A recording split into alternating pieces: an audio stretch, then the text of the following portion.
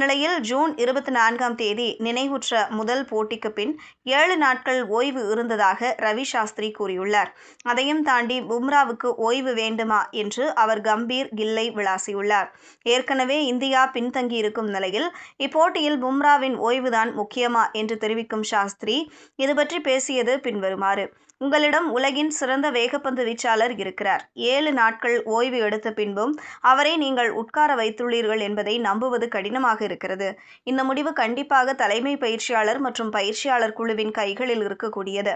சொல்லப்போனால் அது கேப்டன் மற்றும் பயிற்சியாளர் கையில் இருக்கும் முடிவாகும். ஒரு வாரம் இடைவெளிக்கு பின் விளையாட வரும் இந்தியாவுக்கு இது மிகவும் முக்கியமான போட்டி. இது இந்தியா நிச்சயம் வென்றாக வேண்டிய போட்டி. ஒருவேளை நீங்கள் தொடரை வெல்லும் வாய்ப்பை தக்க வைத்துக் கொள்ள விரும்பினால் இந்த போட்டியில் உங்களுடைய முதன்மை பவுலர் கண்டிப்பாக விளையாட வேண்டும். அதை விட்டுவிட்டு அப்படி நடக்கலாம் இப்படி நடக்கலாம் என்று சொல்லாதீர்கள் என கூறினார்.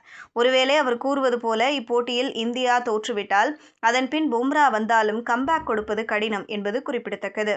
இதுபோன்ற செய்திகளை தெரிந்து கொள்ள செய்தி புனலுடன் இணைந்திடுங்கள்.